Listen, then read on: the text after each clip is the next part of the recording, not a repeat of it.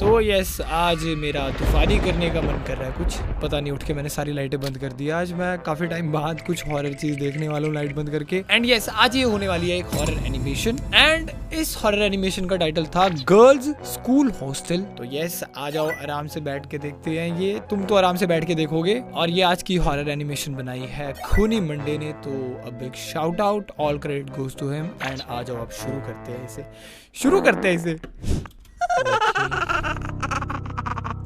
स्वागत है हॉरर की दुनिया में। फॉलो खूनी मंडे और एंजॉय करो। ठीक है, दहला देने वाली हॉरर स्टोरी। नया intro, all right. Oh there you go. तो सर, वो स्टार्टिंग में क्या था? वो गर्ल्स हॉस्टल। निमिषा की सांसें चढ़ी हुई थीं और वो बुरी तरह हाफ रही थी। उसके बाल बिखर चुके थे। वो शीशे के सामने खड़ी खुद को देखकर अपने बाल वापस बांधने की कोशिश कर रही थी, पर घबराहट के मारे वो कुछ नहीं कर पा रही थी। उस रात निमिषा ने पहली बार अपनी देर रात तक जगने की आदत का पछतावा किया। निमिषा को डर था कि कोई बेटा, इसलिए क्या तुम्हें देर रात तक मत जगा करो। ये वो बोल रहा है जो खुद रात के 5 बजे सो रहा है। यार, मेरा स्लीप शेड्यूल लिटरली हिल गया है, मैं क्या करूं निमिषा? ओह माय गॉड, मैं कैरेक्टर में ज्यादा घुस गया हूं। ठीक है, आगे देखते हैं। थी, पर घबराहट के मारे वो कुछ नहीं कर पा रही थी। उस रात निमिषा ने पहली बार अपनी देर रात तक जगने की आदत का पछतावा किया। निमिषा को डर था कि कोई अभी भी उसका पीछा कर रहा है। पीछा कहां से? इस बात की शुरुआत तब हुई जब मनीषा और निमिषा दोनों क्लास 8th में एक बोर्डिंग स्कूल में पढ़ते थे और हॉस्टल में रहते थे। जिस बोर्डिंग स्कूल में वो लोग पढ़ रहे थे, वो पढ़ाई लिखाई के लिए एक बहुत ही अच्छा स्कूल माना जाता था। पर उस बोर्डिंग स्कूल के गर्ल्स हॉस्टल की कुछ अलग ही कहानी थी। 5 साल पहले 9th क्लास की एक सीधी साधी और पढ़ाई में होनहार लड़की की उस बोर्डिंग स्कूल के गर्ल्स हॉस्टल के 5th फ्लोर में मौत हो गई थी। किसी को नहीं। Oh my God, I'm sorry. What? I'm really sorry. भाई, मैं बिना सोचे, इसलिए कहते हैं पहले पूरी बात सुन लिया कर बिक्सू। मेरा बिल्ला कितना डरावना लग रहा है यहाँ से। ये तो मेरे पास ही आ गया। अबे, इसकी आंखें पूरी लाल चमक रही थी। तू डरा देगा मेरे को, कोई और डराए ना डराए। ऐसे दिखेगी तुम्हें? नहीं, शायद तुम्हें ऐसे नहीं समझ में आएगी। बैठ जा बेटा। तू बैठ जा, तू डरा रहा है मेरे को। Okay, here we go. होनहार लड़की की उस बोर्डिंग स्कूल के गर्ल्स हॉस्टल के 5th फ्लोर में मौत हो गई थी। किसी को नहीं समझ आया था कि वो लड़की मरी तो मरी कैसे। टीचर्स और पेरेंट्स बताते थे कि उस लड़की को ना तो डिप्रेशन था और ना ही कोई पढ़ाई का प्रेशर। पहले सबको लगा ये मर्डर है, लेकिन पुलिस को कभी कोई सबूत नहीं मिला, जिसकी वजह से ये केस बंद हो गया। पर साल दर साल धीरे धीरे एक अफवाह फैलने लगी कि अब उस 5th फ्लोर पर उस लड़की का भूत रहता है। Chill out ma'am. बट भाई, मेरे को काफी गुस्सा आता है जब ऐसे केसेस किसी एविडेंस ना मिलने की वजह से बंद कर दिए जाते हैं। कि अब उस 5th फ्लोर पर उस लड़की का भूत रहता है, इसलिए 5th फ्लोर को स्कूल अथॉरिटीज ने बंद कर दिया। व्हाट? स्कूल अथॉरिटीज तक ये मानती थी? जिसे हफ्ते में सिर्फ एक बार खोला जाता था। किस खुशी ताकि में? उसकी सफाई हो सके। उस इंसिडेंट के करीब होल्ड ऑन। जी हाँ गाइस, ये स्कूल अथॉरिटी वाले इतने प्यारे हैं कि इन्हें भूत की बहुत ज्यादा फिक्र है, कहीं गंदगी में न रहना पड़े उसे। अरे बंद करना, अच्छे से बंद कर दो। ब्रिटिश ने बंद कर दिया, जिसे हफ्ते में सिर्फ एक बार खोला जाता था ताकि उसकी सफाई हो सके। उस इंसिडेंट के करीब 5 साल बाद निमिषा और मनीषा उस हॉस्टल के एक रूम में शेयरिंग में रहने लगे। दोनों का रूटीन एकदम फिक्स्ड था।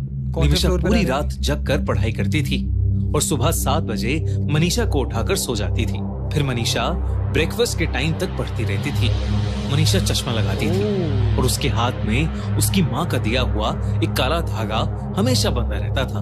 5th फ्लोर की कहानियों को बाकी स्टूडेंट्स की तरह वो लोग भी ज्यादा नहीं मानते थे। ये एकदम से यहाँ पे टेलीपोर्ट हो जाता है। ओए, टिक जा भाई, कहीं जाके सैंडविच बन जा आराम से, जो भी बनता है तू ब्रेड। ओके, काला धागा। 5th फ्लोर की कहानियों को बाकी स्टूडेंट्स की तरह वो लोग भी ज्यादा नहीं मानते थे, पर फिर भी वहाँ कोई नहीं जाता था। पर 10 दिसंबर को कुछ ऐसा हुआ जिसकी मनीषा को कोई खबर भी नहीं थी। अच्छा? निमिषा रोज की तरह रात के 12:30 बजे रूम में बैठकर पढ़ाई कर रही थी और मनीषा दूसरी तरफ करवट लिए सो रही थी। निमिषा का गला अचानक से सूखने लगा पानी पी ले। उठकर हॉल में कॉफी बनाने चली गई। क्या? अबे गला सूखता है तो कॉफी कौन बनाने चला जाता है? I mean, हाँ, उसे रात भर पढ़ना है तो मे बी जगने में हेल्प के लिए वो चले गई होगी, लेकिन गला सूखने पे जहाँ तक मुझे पता है पानी पीना चाहिए, उससे बेटर कुछ भी नहीं है। सही बोल रहा हूँ? नहीं बोल रहा हूँ? निमिषा का गला अचानक से सूखने लगा। गला सूखने पे कॉफी बनाने गए। कॉफी बनाने चली गई। इससे और गला नहीं सूखेगा? एकदम शांति थी। सब लोग या तो अपने कमरे में थे या सो चुके थे। उस हॉल में कोई नहीं था, बस कॉफी मशीन के गड़गड़ाने की आवाज आ रही थी। मैं कभी ना पर मशीन को स्विच ऑफ करने के बाद फिर से सन्नाटा छा गया। निमिषा कॉफी का मग लेकर पीछे मुड़ी और उसको अचानक झटका लगा, जिससे उसकी कॉफी छलक गई।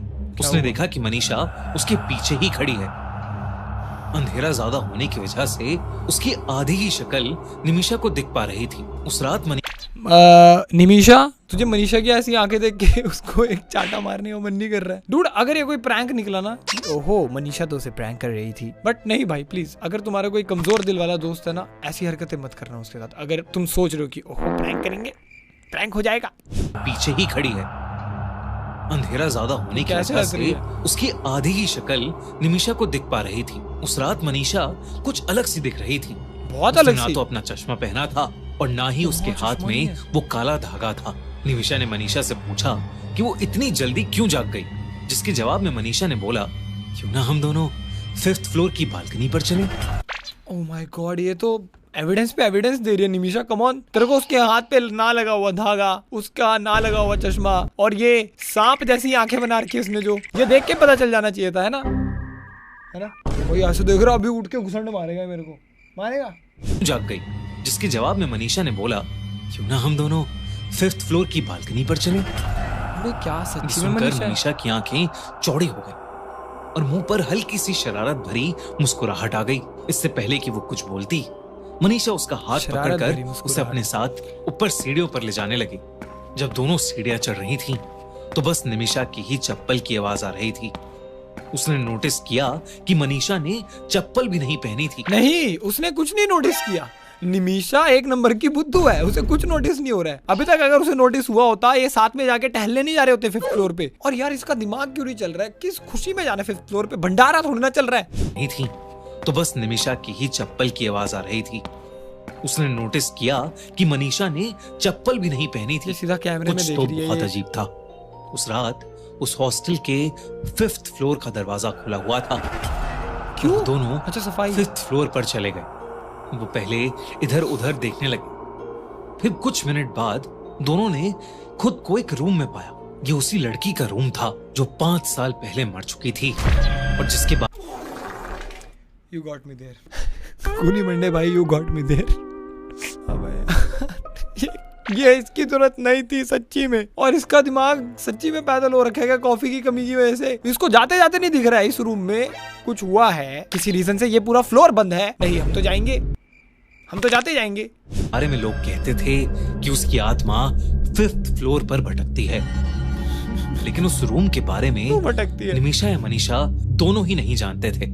उस रात मौसम बहुत ठंडा था। 5th फ्लोर के हॉलवे पर बनी खिड़कियों से ठंडी हवाएं आ रही थीं और रात के अंधेरे में कोहरा जम रहा था। उसी बीच निमिषा की नजरें दीवार पर पड़ी, जिस पर किसी ने अपने नाखून से बड़ा बड़ा 10th दिसंबर लिखा हुआ था। दोनों बालकनी पर खड़े होकर नीचे देखने लगे। I just hope तुम में से किसी का बर्थडे ना आता हो। बहुत देर से चुपचाप घूम रही थी। निमिषा को अब बहुत जोरों से ठंड लग रही थी। ये कुत्ता भौंक रहा था, हंस रहा है। नीचे चलने को कहा, लेकिन मनीषा ने निमिषा की बात पर कोई ध्यान ही नहीं दिया। उसने फिर से मनीषा को पुकारने की कोशिश की और तब पहली बार मनीषा ने उसकी आंखों में आंखें डालकर देखा। निमिषा के तो जैसे होश ही उड़ गए थे। मनीषा की आंखें पूरी सफेद हो चुकी थीं। There you go. There you go. Coffee के चक्कर में अंधे हो जाने से यही होता है भाई। बट मेरे को इसके पीछे का ना रीजन जानना है। ऐसे ये हर भूत को ये वाइट आंखें, उनकी पुतलियां गायब है, ये क्यों दिखाया जाता है? मतलब क्या रीजन है? कुछ तो रीजन होगा, क्योंकि ऐसा हर जगह होता है। आंखें डालकर देखा। निमिषा के तो जैसे होश ही उड़ गए थे। मनीषा की आंखें पूरी सफेद हो चुकी थीं। वो बड़ी धीमी आवाज में बोली, जंप, यानी कूदो। अरे सब सर्फर थोड़ी ना चल रही है। नहीं आया कि मनीषा उसे नीचे कूदने को क्यों कह रही है? उसके चेहरे के सारे रंग उड़ गए। उसको टापू खेलना भी। जैसे एक एक सेकंड बीत रहा था, वैसे वैसे मनीषा की आवाज और भारी हो रही थी। वो निमिषा की आंखों में देखकर बार बार बोलने लगी, जाम जाम। निमिषा का चेहरा पीला पड़ गया और उसके हाथ पैर एक ही पोजीशन में अटक चुके थे। ये क्या हो रहा है? मानो जैसे वो इसका कैमरा क्यों फोकस कर रहा है? थी और ऐसा लग रहा था कि जैसे अगर वो जंप नहीं करती तो निमिषा उसे धक्का देकर नीचे गिरा देगी। निमिषा की आंखें बंद। अरे भाई मेरी आंखों के सामने क्या है? चिट्टा चिट्टा सा उड़ रहा है। अच्छा इसके बाल हैं। अबे यार निमिषा मत जंप करियो प्लीज, मत जंप करियो। आई मीन अपने घर पे पहुंच गई थी वो, तो जंप नहीं की होगी उसने। यस जैसे अगर वो जंप नहीं करती तो निमिषा उसे धक्का देकर नीचे गिरा देगी। निमिषा की आंखें बंद होने लगी थी और वो खुद अपने बाल खोलने लगी। उसके बिखरे बाल हवा में पानी की तरह बहने लगे। Why? What is the Nimisha reason? धीरे धीरे मनीषा के वश में आने लगी थी, लेकिन तभी अचानक नीचे वाले फ्लोर पर कुछ धम से आवाज हुई और निमिषा होश में आई। उसने किसी तरह हिम्मत जुटाई और मनीषा को पीछे धक्का देकर नीचे भागी। भागते भागते उसको अपने पीछे बहुत भयानक दहाड़ सुनाई दी। पर I don't think so इसे दहाड़ बोलते हैं, इसे किसी बच्चे के चीखने की आवाज बोलते हैं जहां तक वैसा यूं। वो अपने पीछे बहुत भयानक दहाड़ सुनाई दी, पर उसने पीछे भूल कर भी मुड़कर नहीं देखा। वो जल्दी से अपने रूम के अंदर घुसी और दरवाजा कसके से बंद कर लिया। उसने तब जो देखा वो देखकर वो और चौंक उठी। उसने देखा कि मनीषा उसी करवट में बिस्तर पर आराम से सो रही थी। ये तो यहीं पे है जिसमें वो उसे छोड़कर गई थी। निमिषा का रंग और पीला पड़ गया। उसने मनीषा को घबराते हुए उठाया। मनीषा ने उसका पीला मुंह और लाल आंख देखकर डरी हुई निमिषा को गले लगा लिया, पर उसके पूछने पर निमिषा ने उसे कुछ भी नहीं बताया। वो कुछ बताने की हालत में थी ही नहीं। उस रात निमिषा ने अपने बाथरूम के शीशे के सामने अपना मुंह धोया और बाल बांधकर I don't know why that sound effect was funny. मैं तुम्हें दोबारा सुनाना चाहूंगा, रुको एक सेकंड। I know सारे जब मुंह धोते हैं ऐसी आवाज आती ही है, but that caught me off guard. वो कुछ बताने की हालत में थी ही नहीं। उस रात निमिषा ने अपने बाथरूम के शीशे के सामने अपना मुंह धोया और बाल बांधकर सो गई। मनीषा कुछ समझ नहीं पा रही थी। उस दिन से निमिषा रात में सोने लगी और अपने रूममेट को इग्नोर करने लगी। ये क्या हो रहा है? जब भी मनीषा रूम में बैठकर पढ़ाई स्टार्ट करती, उसे एहसास होता कि जैसे कोई उसे घूर रहा है और वो अक्सर निमिषा ही होती। What? परेशान होकर मनीषा ने उससे दोबारा पूछ लिया, हाँ भाई बता दे यार क्या हुआ था। आखिरकार निमिषा ने मनीषा को उस रात के बारे में सब कुछ सच सच बता दिया। सब कुछ सुनने के बाद मनीषा का दिमाग जोर से चलने लगा और उसे निमिषा की कहानी पर पूरा भरोसा हो गया, क्योंकि मनीषा को यह बात पता थी कि 5 साल पहले एक लड़की की सेम डेट पर मौत हुई थी, 10 दिसंबर। Oh my God!